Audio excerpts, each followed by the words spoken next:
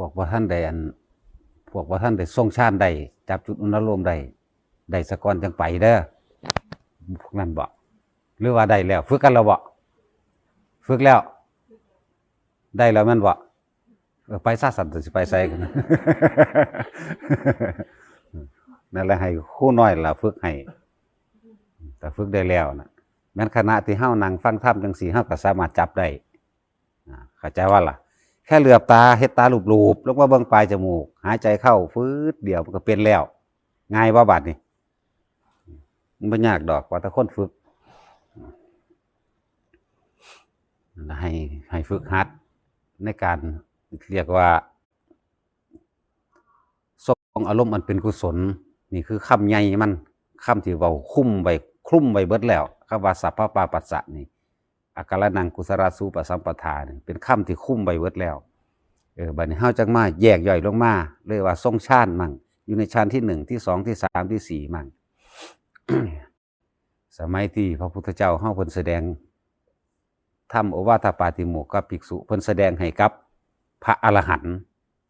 1,250 รูปพุ่นเด้เพิ่นแสดงให้พระอรหันต์ฟังเด้เพิ่นคือแสดงให้พระอรหันต์ฟังเพราะว่าพระอรหันต์เหล่านั้นเพิ่นสิได้แจกกระจายออกไปว่าเนี่ยให้พวกเธอทั้งหลายนำธรรมเหล่านี้ออกไปแจกแจงแสดงความจริงให้กับหมู่คฤหัสถ์คฤหัสถ์หรือสาวกสาวิกาทั้งหลายให้ฟังเด้ให้เขาทำตามแบบนี้เด้อเด้ซึ่งผู้เพิ่นอรหันต์แล้วนั่นเพิ่นบ่ได้อีหยังอีกกันล่ะแต่ว่าวิธีแนวทางที่สิเฮ็ดให้คนอยู่นำกันโดยสันติสุขโดยบ่มีการเบียดเบียนและทำลายกันเพิ่นก็เลยต้องสั่งสอนว่าสัพพะปาปัสสะอะกะละนังกุตระสูปสัมปทานสจิตตะปริโยทัปนังเอตังพุทธานาสาสนังคำสอนของพระพุทธเจ้าทุกองค์ที่มีมาแล้วให้ทุกคนทรงอารมณ์มันเป็นกุศลอย่าไปคิดถึงสิ่งที่มันเป็นอกุศลคำว่าอกุสิ่งที่เสียดแทงทำให้ตัวเองเร่าร้อนเรียกว่าอกุศลสิ่งที่เสียดแทงเป็นดุจดั่งหญ้าคาบาดทิ่มแทงทำให้เร่าร้อนนั่นเองให้พวกเฮานี่คือคำใหญ่เด้ออีหยังก็ได้คำว่าทรงอารมณ์เป็นกุศลในป่านี้อ่านหนังสือธรรมะก็เป็นอารมณ์เป็นกุศลฟังธรรมะก็เป็นอารมณ์เป็นกุศลนึกถึงการสิให้ทานตั้งเจตนาในการรักษาศีลทานศีลนึกถึงภาวนาอันใดอันหนึ่งอย่างสิแมนเบิดแล้วก็พิจารณาโดยปัญญาคือความรอบรู้ในสิ่งทั้งหลายที่ปรุงแต่งพิจารณาในความเกิดในความดับในการเห็นนั่นเห็นนี่แล้วสิ่งใดเที่ยงหรือบ่เที่ยงก็ว่าไปเอิ้นว่าปัญญามีความเพียรพยายามที่ทำสิ่งใดสิ่งหนึ่งอันเป็นกุศลให้เกิดขึ้นได้เอิ้นว่าวิริยะแต่ก็มีความอดทนในการที่สิตั้งมั่นในการกระทำความดีก็แม่นสัจจะนี่คือพิจารณาเฝ้าหาความจริงสัจจะบ่แม่นแต่แค่คำเว้าคนเฮาต้องมีสัจจะเด้นะก็บ่แม่นแต่ว่าเนื่อยยะเดียวแค่คำเว้าต้องเห็นความจริงของโลกเรียกว่าสัจจะความจริงของโลกทุกคนเกิดมาเจ็บไข้ได้ป่วยสุดท้ายชราและตายหรือบางคนก็เกิดมาตายแต่ยังหน่อยก็มีตายแต่ในท้องก็มีตายแต่นี่คือเห็นสัจจะเห็นความจริงบ่ว่าสัตว์บ่ว่าคนบ่ว่าสิ่งของนี่เรียกว่าสัจจะอธิษฐานะจังซี่คือตั้งจิตมุ่งมั่นสู่จุดหมายบ่แม่นขอเด้อคำว่าอธิษฐานบ่แม่นขอตั้งใจมุ่งมั่นสู่จุดหมายของเฮานี่เพื่อหยังเพื่อสิรู้ธรรมเพื่อสิเห็นธรรมเพื่อสิปฏิบัติธรรมหรือว่าตั้งมุกจุดหมายว่ามื้อนี้กูต้องทำสมาธิให้ได้ชั่วโมงนึง2ชั่วโมงก็แล้วแต่เมตตาเนี่ยก็คือความที่เห็นว่าบุคคลทั้งหลายในโลกทั้งสัตว์และคนนั่นเองคำว่าเมตตานี่บ่มีผู้ใดปรารถนาความทุกข์จากคนดอกมีแต่ปรารถนาสุขเบิดฉะนั้นโตเฮาเองก็บ่อยากให้ผู้ใดมาทำลายเบียดเบียนเจ้าของบ่อยากให้ผู้ใดเข้ามาหลักสิ่งหลักของเจ้าของเองเนี่ยว่าถ้าเฮาเห็นผู้อื่นเป็นดุจดังตนเป็นดังผู้อื่นเลยจึงว่ารักผู้อื่นเสมอด้วยตนรักตนเสมอด้วยผู้อื่นเห็นผู้อื่นน่ะกับตนเองเนี่ยเป็นดุจดังแขนขาอวัยวะเดียวกันแห่งตนเนี่ยมันสิบ่กล้าไปทำลายไผนี่เอิ้นว่าเมตตาเอิ้นว่าศีลก็แม่นเอิ้นว่าเมตตาก็แม่นอยู่ในนี่เบิดนี่คือหัวใจของศีลก็แม่นเมตตาก็แม่นและสิ่งสุดท้ายก็คือคิดถึงคำว่าอุเบกขา อุเบกขาเป็นแบบใดอุเบกขาทางใจเป็นแบบใดอุเบกขาทางกายทางวาจาเป็นแบบใดให้เฮาฮู้จักอุเบกขา ทั้งเบิดนี่ก็คือทรงอารมณ์เป็นกุศลก็แม่นบ่จะไปคิดถึงสิ่งที่เป็นอกุศลก็แม่นก็เข้าอยู่ในพุทธภาษิตของพระพุทธเจ้าทุกพระองค์อยู่แล้วว่าให้ทำจิตขาวรอบคำว่าขาวรอบปลอดจากอกุศลจะไปคิดสิ่งที่อกุศลเดิมมันเสียดแทงตัวเองมันร้อนแก้ตัวเองคิดเมื่อไหร่ก็เสียแท่งตัวเองเมื่อนั้นนี่แหละจังว่า10อย่างนี่ก็แม่นฟังธรรมก็แม่นหรือเฮาสิอ่านหนังสือธรรมะก็แม่นทรงร่มเป็นกุศลเบิดฟังธรรมหรือพยายามที่ท่องจำบทสวดมนต์บทใดบทหนึ่งก็แม่นเนี่ยหรือเป็นผู้มีสติรู้อยู่ในฌานวิตกวิจารปิติสุขเอกคตานี่คนก็บ่เข้าใจว่าต้องมานั่งรับตาบ่วิตกวิจารนี่ต้องมานั่งรับตาบ่แต่ว่าแม่นคำว่าสมาธินี่แปลว่าความสงบทั้งใจของเฮาสงบขั้นที่1ก็ว่า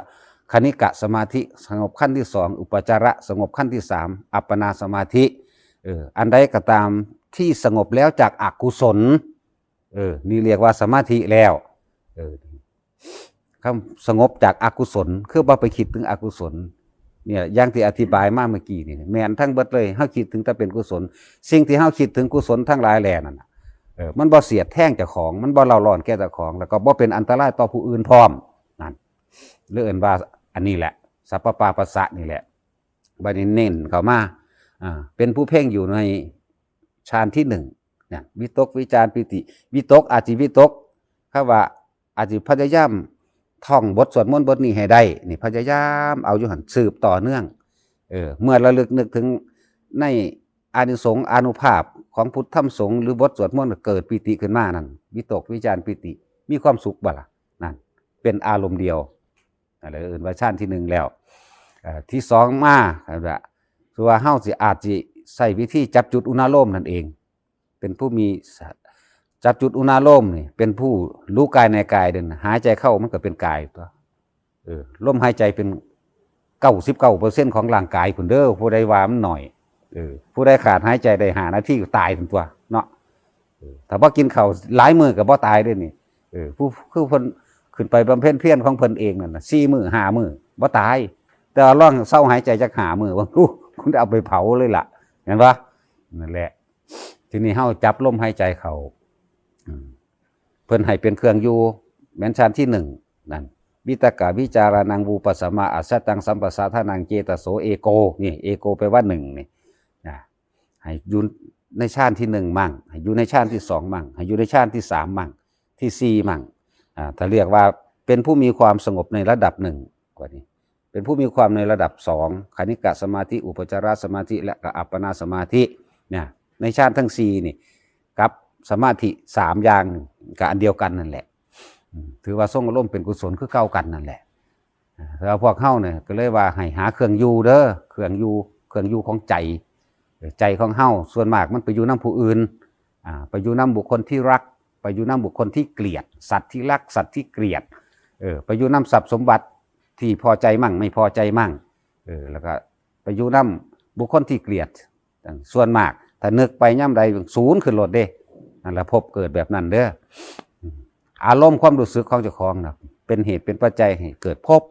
ถ้ามันตายในอารมณ์จิตสุดท้ายขณะนั้นนะชาติหมายถึงไปเกิดชาติแปลว่าเกิดแล้ว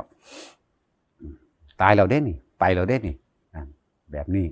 กันทุกคนเฮาจึงเน้นการทรงชาตินั่นเองคือให้จับจุดอุณาโลมจุดอุณาโลมถ้าอยู่ตัวนี้ได้แล้วถ้าเวลาใดเฮาคิดไปหาผู้อื่นปั๊บอันนี้หายโลดนี่อาการปิติอยู่ในระหว่างกลางผากเฮาหายปั๊บอ้าวไปแล้วตัวนี้ดึงขึ้นมาเดี๋ยวมีความเพียรมีความพยายามอดทนที่สิดึงขึ้นมาเพื่อว่าบ่ให้มันไปเกิดความรู้สึกในการสร้างภพสร้างชาตินั่นเองเป็นยังจังให้มาอยู่นี่แหละเป็นผู้มีสติรู้อยู่รู้สึกตัวอยู่นี่เอาตัวนี้เป็นตัวรับรู้รู้ว่ามันคิดออกไปแล้วรู้ว่าคำว่าความรู้สึกอันเป็นอุเบกขานี่หายแล้วเด้ถ้ามันออกจากนี้ถ้าเฮาอยู่ในนี่มันเป็นอุเบกขาเราเด้อไผก็ดีเนี่ยลึกหรือบ่ลึกนั่นก็แล้วแต่ว่าขอให้เฮ็ดตรงนี้ได้ซะก่อนสิเข้าใจเองดอกหน้าบางคนเพิ่นก็ถ้าเฮาบ่ฝึกหัดเริ่มต้นแรกในการ จับจุดอนุโลมหรือเอาลมหายใจเป็นเครื่องอยู่ซะก่อนปิติเป็นที่สองก็สิบอกมันก็สิบอกว่าอันนี้เป็นฌานที่หนึ่งเป็นฌานที่สองหรือเป็นอุปจารสมาธินี่เกิดอาการนี้ขึ้นมาปุ๊บแต่เฮาก็ค่อยๆประคองไปเรื่อยๆกว่าสิถึงฌานที่สี่หรืออัปปนาสมาธิก็ต้องอาศัยความฝึกหัดในตัวเองแบบนี้แหละค่อยๆเป็นไปถ้าเข้าไปฌานที่สี่ได้แล้วหรืออัปปนาสมาธิได้แล้วนั่นแหละเฮาสิรู้จักคำว่าอุเบกขาแท้เลยบัดนี้อุเบกขาที่บ่มีความคิดอีหยังเข้าไปปนอยู่ในหันเลยตัวนี้สิบ่มีเลยว่างโล่งอย่างยิ่งโล่งไปเบิดบ่มีหยังแต่ว่าเป็นผู้มีสติรู้อยู่ความง่วงเหงาเฮานอนที่ว่านอนหลับไปแล้วฝันว่าไปโล่งๆนั่นบ่ทันแม่นเด้อทุกอย่างต้องมีสติสมบูรณ์ตลอดเด้อฟังดีๆพวกที่ว่าเป็นนางข้อพับอยู่นั่นโอ้โหสว่างมาสั่นอันนั้นมันฝันนะที่จริงมันต้องมีสติตลอดในการเข้านี่1 2 3 4มีสติตลอดเลยจนถึงสุดท้ายคืออัปปนาสมาธินี่มันก็ยังมีสติว่ารู้อยู่ในความว่างนั่นเองนี่บ่แม่นง่วงเหงาเฮานอนเข้าไปบ่แม่นหลับฝันไปเห็นแสงสว่างบ่แม่นหลับฝันไปเห็นเทวดาอินพรหมบ่แม่นแบบนั้นมันต้องมีสติรู้อยู่ตลอดเลยคณิกะนี่เฮาพอเข้าใจแต่ว่าอุปจาระนี่คำว่าสมาธิตัวนี้มันสิมีเครื่องผ่านแสงสว่างวูบวาบแต่ว่าต้องมีสติรู้อยู่ได้บ่แม่นหลับฝันไปโดยบ่มีความรู้สึกโตเด้อทุกคนฟังให้ดีบ่แม่นว่าบ่มีรู้สึกโตเด้รู้สึกโตอยู่เวลามันมีแสงสว่างผ่านวาบไปทั้งที่รับตานี่แหละเฮ็ดจังใดเฮาสิบ่คิดออกไปนี่เพิ่นว่าส่งคิดออกนอกอะไรเป็นแบบนั้นแต่ว่าแสงยังว่านํไปได้บัดนี้ความคิดละนํไปแล้วก็เผลอหลับไปเลยก็มีเด้อันนี้บ่ต้องนํไปให้รู้มันวาบก็คือวาบเสียงตุ่มขึ้นมาก็คือตุ่มขึ้นมาโลดแค่ได้ยินซื่อๆอย่าคิดปรุงแต่งต่อมันสิได้ยินซื่อเมื่อว่าเห็นพระสงฆ์องค์เจ้าในนิมิตก็สร้างอย่าคิดออกไปให้เป็นผู้มีสติรู้อยู่อย่างเดียวเนี่ยอยู่ในลมเฮานี่แหละมันสิคอยลึกล้ำเข้าไปแล้วเพิบไปเองดอกอันนั้นฉะนั้นต้องค่อยๆประคองขั้น1ขั้น2ไปก่อนอย่าไปจับเอาจุดสุดยอดมันหลายจุดสุดยอดมันไปกุมคุ้มเฮ็ดให้มันเข้ามันบ่ไปเข้าเด้อันนั้นสิไปทางประสาทอันนั้นน่ะมันอยากเป็นแห้งต้องแบบนั้นต้องแบบนี้ฟังจำไปเถียงกันซื่ออะไรจะไปทุกคนประคองไปเรื่อยๆแล้วมีแต่ที่ว่าเรื่องอดีตนิทานอันนึงก็คือมีภิกษุสิเป็นหมู่กัน2 องค์องค์นี้เพิ่นบ่ค่อยเข้าในฌาน4ปานใดบ่เข้าอัปปนาสมาธิปานใดเพิ่นสิสลับกันกับการพิจารณาเห็นความจริงในสิ่งที่เข้ามากระทบกับเพิ่นเองฝนตกฟ้าห้องเพิ่นก็รู้แต่ว่าเสียงเพิ่นก็รู้แต่ว่าฝนตกเพิ่นก็รู้แต่ว่าฟ้าห้องตกห้องแล้วถึงเวลาเศร้ามันก็เศร้าอันนี้เกิดขึ้นแล้วก็ดับไปเป็นธรรมดามั่งหรือเห็นอีหยังก็แล้วแต่เพิ่นบ่คิดปรุงแต่งไปเสียงเพิ่นก็บ่ปรุงแต่งไปเพิ่นก็คอยสั่นเขาแต่ว่ายังมีความกังวลอยู่อันหนึ่งมองที่สุดมันอยู่ไสนอนะเพิ่นก็ปล่อยถิ่มซะก่อนแล้วเพิ่นก็เข้าสู่อัปปนาสมาธิเมื่อเข้าสู่อัปปนาสมาธิกำลังของสมาธินี่เลยมาเป็นบาดฐานหนุนวิปัสสนาคือการเห็นจริงตามความจริงเข้าถึงความรู้สึกได้เลยอันได้เกิดได้ดับใจเฮาต่างหากเป็นตัวเกิดเป็นตัวดับเนาะเนี่ยเห็นสรรพสิ่งทั้งหลายเกิดแล้วก็ไหลไปสู่ความดับถ้าเฮาบ่คิดตามเฮาบ่มีความรู้สึกในความพอใจแล้วไม่พอใจมันก็ดับนี่เท่านี้เองนี่ว่าเนี่ยแล้วเพิ่นก็บรรลุของเพิ่นเพราะว่าเพิ่นรู้ท่านตาหูจมูกลิ้นกายที่สัมผัสสัมพันธ์ทั้งภายนอกและภายในภายนอกคือเฮาเห็นกันเดี๋ยวนี้แหละจังน้อยหนีจากกันนี่นั่นอนัตตาเห็นบ่ตอนนี้เป็นปัจจุบันอยู่เดี๋ยวนี้เพิ่นหูท่านของเพิ่นแล้วเลยเอิ้นว่าเพิ่นบรรลุอรหันต์ไปแต่ว่าภิกษุองค์นั้นสิเป็นผู้เชี่ยวชาญชำนาญในฌาน4มักเข้าฌาน4อยู่ตลอดเพิ่นนี่มักเข้าอัปปนาสมาธิพอนั่งวับลงเข้าเดียววุบไปโลดนิ่งภิกษุผู้เพิ่นบรรลุแล้วเพิ่นเป็นห่วงหมู่กันเพิ่นก็เลยมาเตือนว่าแต่ว่าผู้เข้าฌาน4ดูนี่เข้าโดยต่อเนื่องมื้อนี้ก็เข้ามื้อนั้นก็เข้าใจว่าเจ้าของบรรลุอรหันต์จักว่าล่ะเข้าใจว่าเจ้าของบรรลุอรหันต์แล้วก็เลยถามว่าท่านรู้จักความว่างบ่เนี่ยผู้เข้าฌาน4นี่อีกองค์นี่ลืมชื่อเพิ่นบอกว่าท่านรู้จักอยู่บ่อรหันต์เป็นจังไดท่านรู้จักความว่างอยู่บ่บอกก็เลยว่าเพิ่นก็เลยถามกันความว่างของท่านเป็นแบบใด เป็นผู้มีสติรู้อยู่ไปหมดเลยว่างไปหมดเลยถ้าว่าว่างไปหมดลักษณะนั้นเดี๋ยวเพิ่นสิเฮ็ดอันนี้ให้เบิ่งเพิ่นเลยนิรมิตผู้ยิ่งงามผู้หนึ่งไปฟ้อนอยู่ดอกบัวจักก็ล่ะผู้ยิ่งงามนุ่งน้อยห่มน้อยนั่นแหละแล้วก็ไปฟ้อนอยู่ดอกบัวซั่นพอตั้งตาทรงกิจออกนอกที่ไปคิดใส่อีนางนั่นมันงามๆดิเกิดราคะขึ้นนั่นเห็นบ่ล่ะครับว่าว่างแท้ๆมันว่างแบบใดว่างจากสิ่งที่เห็นอยู่รู้อยู่ได้ยินอยู่ได้กินอยู่เด้ว่างจากสิ่งเหล่านั้นต่างหากว่างจากความคิดปรุงแต่งเพิ่นดับความคิดออกดับความคิดของเพิ่นได้แล้วบ่ไปปรุงแต่งในสิ่งที่เห็นนั่งฟ้อนนั่งล่ำอยู่นั่นน่ะผู้ชำนาญในฌาน4นี่น่ะเกิดราคะเกิดขึ้นเห็นบ่มีความยินดีพอใจนั่นพอใจกับรูปร่างลักษณะหน้าตาอีนางมันฟ้อนอยู่นั่นแหละตั้งแต่องค์นี้เด้เพิ่นเป็นผู้เป็นผู้เนรมิตขึ้นเพิ่นบ่ได้เฮ็ดด้วยตัณหาเห็นบ่ล่ะฟ้อนล่ำทั้งนี้ก็เกิดอารมณ์ล่ะบัดนี้ภิกษุองค์ที่เป็นอรหันต์แล้วว่าท่านรู้จักความว่างไหมว่าซั่นโอ้ยบ่ได้การแล้วผมต้องทำความเข้าใจใหม่นี่แหละเพิ่นจึงไปฝึกเพิ่นไปฝึกของเพิ่นใหม่น่ะบัดนี้พ่อตาเพิ่นกับบรรลุคือกันแล้วเพิ่นจังมาถามกันผมรู้แล้วว่าความว่างคืออะไรนั่นเห็นคือกันได้บัดนี้บ่แย่งกันเลยที่แรกแย่งกันอยู่พระองค์นี้บอกว่าว่างจากสิ่งที่มีอยู่ว่างจากสิ่งที่เห็นอยู่พระองค์ที่ชำนาญในฌาน4เนี่ยมันจะว่างได้ยังไงถ้ามีอยู่ถ้าเห็นอยู่เนี่ยจะว่างได้ยังไงเพิ่นเถียงกันนั่นแหละเพิ่นจังเพิ่นเนรมิตอันนั่งล่ำฟ้อนให้เบิ่งกันแล้วจังเกิดความคิดออกไปปั๊บเกิดอารมณ์ราคะขึ้นมาทันทีนะเป็นลักษณะนั้นบัดนี้เพิ่นว่างทอกันแล้วเพิ่นก็เลยเข้าใจกันนั่นเองตอนนั้นเถียงกันอยู่ผู้นั้นว่างแบบบ่มีหยังเลยเข้าใจบ่ล่ะผู้อยู่ในฌาน4ผู้ชำนาญในฌาน4นั่นน่ะหรืออัปปนาสมาธิว่างแบบบ่มีหยังเลยถ้ามันมีจะว่างได้ยังไงเถียงกันแล้วบัดนี้เพิ่นจังปรับลงมาบัดว่างจากสิ่งที่มีอยู่จากสิ่งที่เห็นอยู่ไม่มีความเข้าไปยึดมั่นถือมั่นหรือถือเอาโดยการระงับความคิดแล้วก็เห็นทุกสรรพสิ่งเกิดดับแค่นั้นเองแม้ตัวเองก็เกิดดับเนี่ยแล้วสุดท้ายแล้วคำว่าเกิดคำว่าดับในทางพุทธศาสนาในทางปฏิจจสมุปบาทคือความคิดนั่นเองฉะนั้นให้ทุกคนมาเฝ้าระวังความคิดเจ้าของให้ดีเฮาจึงมีจุดอยู่นั่นเองจุดอยู่เฮาทรงฌานนั่นแหละเอาตัวนี้เอาอาการปิติที่เกิดกลางระหว่างหน้าผากมาเป็นเครื่องยืนยันว่าเป็นผู้อยู่ในฌานในระดับใดมันก็สามารถที่สิเข้าถึงธรรมใดคือกันเข้าถึงความจริงเข้าถึงอนิจจังทุกข์อนัตตาใดคือกันนั่นแหละ แต่ว่าเฮาให้ขอให้มันมาอยู่ให้มันมีกำลังซะก่อนเด้ว่าแม่นพี่แพบๆซ้ำนึงเด้เฮ็ดไปเรื่อยๆแล้วเฮาสิค่อยๆพิจารณาในวิปัสสนาดอกคือความจริงนั่นแหละในการมากระทบสิ่งนี้เสียงเกิดขึ้นเสียงมันก็อยู่ตาเสียงถ้าเฮาไปปรุงแต่งในเสียงก็เกิดความพอใจมั่งถ้าพอใจมีความรู้สึกพอใจพบเกิดขึ้นแล้วถ้าไม่พอใจมีความรู้สึกโกรธไม่พอใจพบเกิดขึ้นแล้วนี่เฮาต้องรู้จักวิธีเกิดของพบเกิดแบบนี้นะ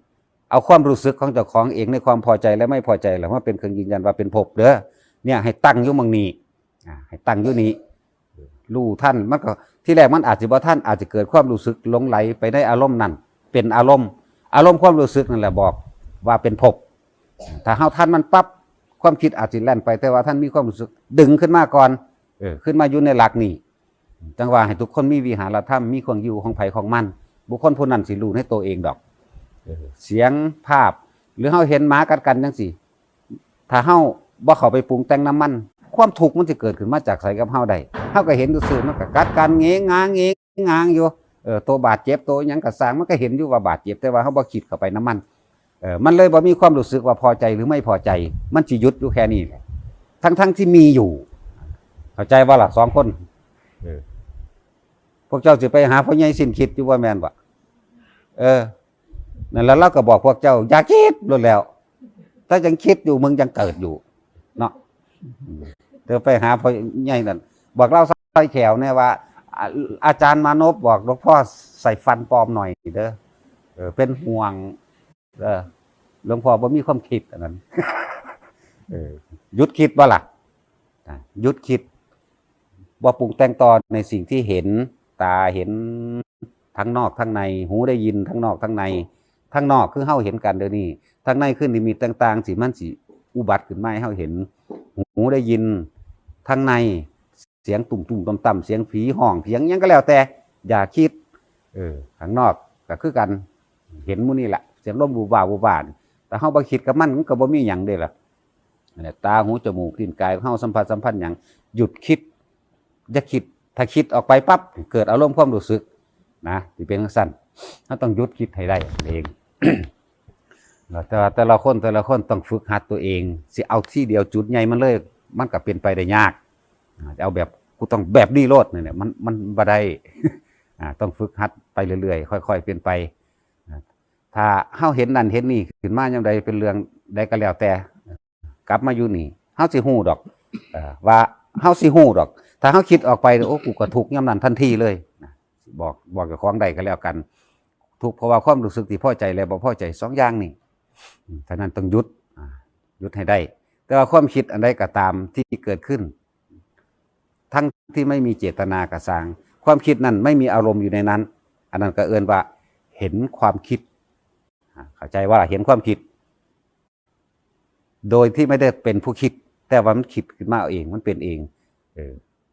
แต่ว่าเห็นมันเห็นแล้วก็บ่ไปปรุงแต่งบ่ส่งเสริมเห็นอยู่ซื่อๆก็เลยสักแต่ว่ารู้สักแต่ว่าเห็นสักแต่ว่าได้ยินไปเลยล่ะความคิดทั้งหลายนี่เนี่ยเฮาเพื่อสิมาจุดสูงสุดก็คือจุดนี้หยุดคิดนั่นเองอสังขตธรรมนั่นแหละเอาบักแตงไปฝากเพิ่นเด้อ หลวงพ่อมานพฝากมาแล้วบอกให้พวกหนูอยู่กับหลวงพ่อวัง ให้ฝึกเอาเป็นสั้นแหละพอละ